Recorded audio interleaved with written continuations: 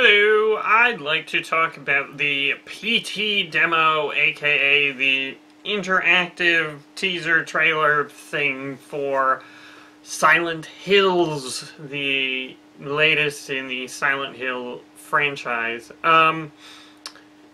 Probably not as many people got to play it as were interested in the game, since right now it's just PS4 only. So I figured I'd talk about what it is and sort of how it works and if it's a horror game and whatnot. So, firstly, I think that it's very weird if you look at it like a game. And certainly I don't think that Konami ever claimed it was a game, or Sony or whatever.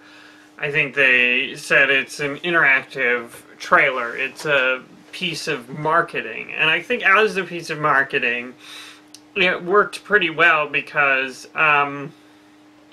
you know, they got all these announcements, oh, PT, this, that, and the other, what is it? And then they sort of built up this anticipation, and then some streamer got to the end, and then all of a sudden, bam, all these announcements, you know, like Silent Hill this, Silent Hill that. And, I mean, I think if you just said, oh, there's a new Silent Hill, that's sort of it. Especially because they've essentially told us very little, at least very little that I consider important about Silent Hill, Silent Hills. I mean, all they said is that some people, you know, some names are involved in the game, but, I mean, to me, the game, you know, that I would like to find out more about the actual game and not just, you know, people. So let's see.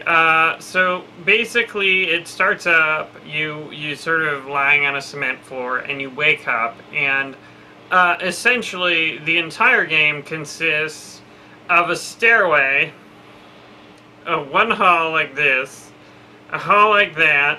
There's a bathroom off of it, and then there's a front like foyer with the, you know, front door and refrigerator baby thing, which I'll talk about later. Sorry, I'm beeping. And then then there's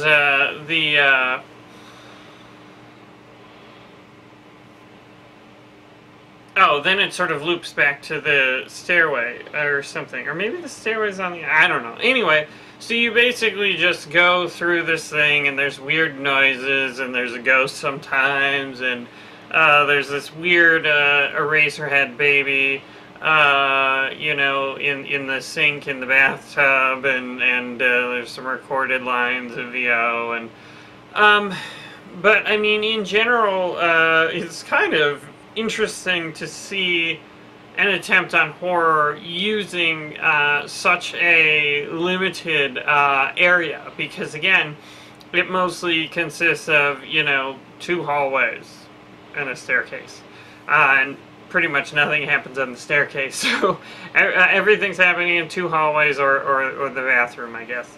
And so it is clever from that respect, but the actual gameplay is kind of terrible and frustrating. So basically all you can do is look at items, and they don't even tell you the controls, but I was actually trying to power through it.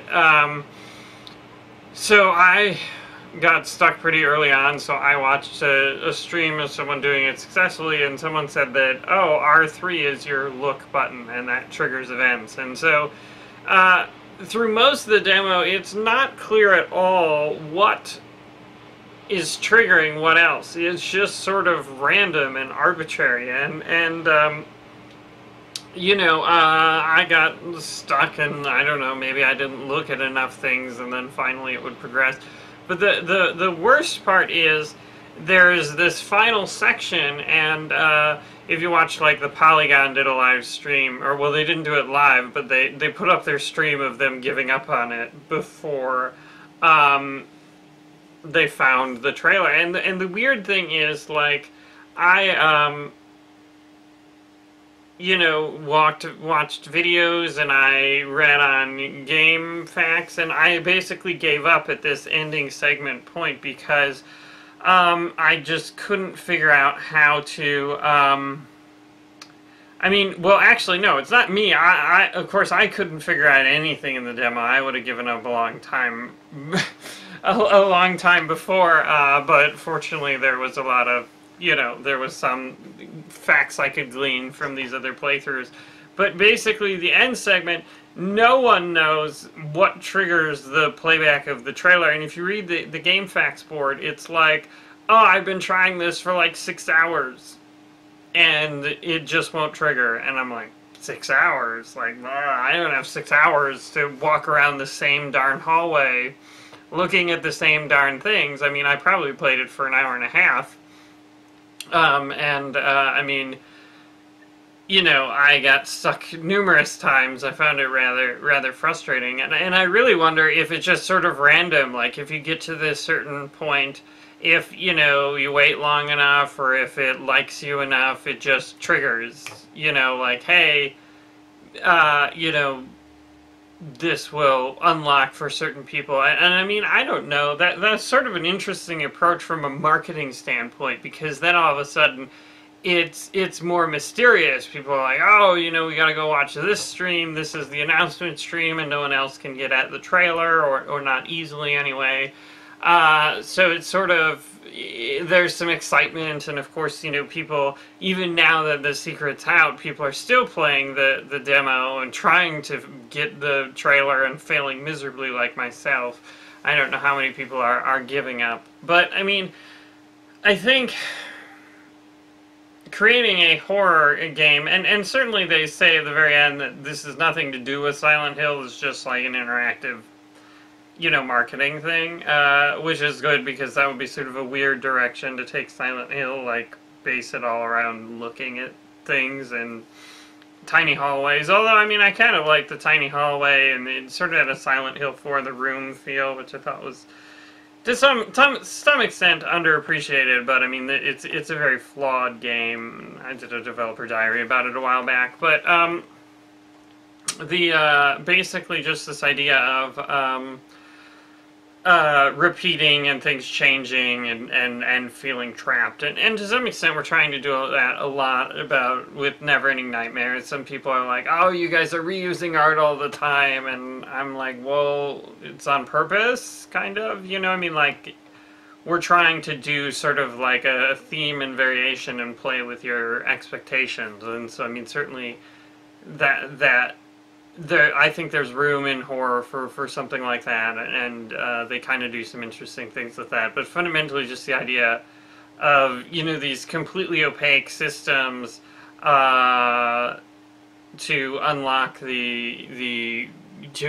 unlock progression is frustrating and bad from a game design perspective, but it kind of works well, I think, from a marketing perspective. So anyway, that's my take on the PT demo. I mean, I guess I could go through the high points. I don't know, there's a fridge, a baby in a fridge that screams a lot, and I don't even remember how I got past that. Maybe looking at lots of objects, and, you know, the lighting changes color, and one point you're like super running fast, and all the pictures turn into eyeballs moving around, and you have to look through into the bathroom, and then I had to do it twice or something. I don't know. Different things triggered. You gotta go to the bathroom and find the baby, and sometimes a ghost follows you, and they got me. I got a good startle once with the ghost, like, grabs you after, you know, nothing much is happening. I thought that was cool. Anyway, so some random thoughts on the PT demo.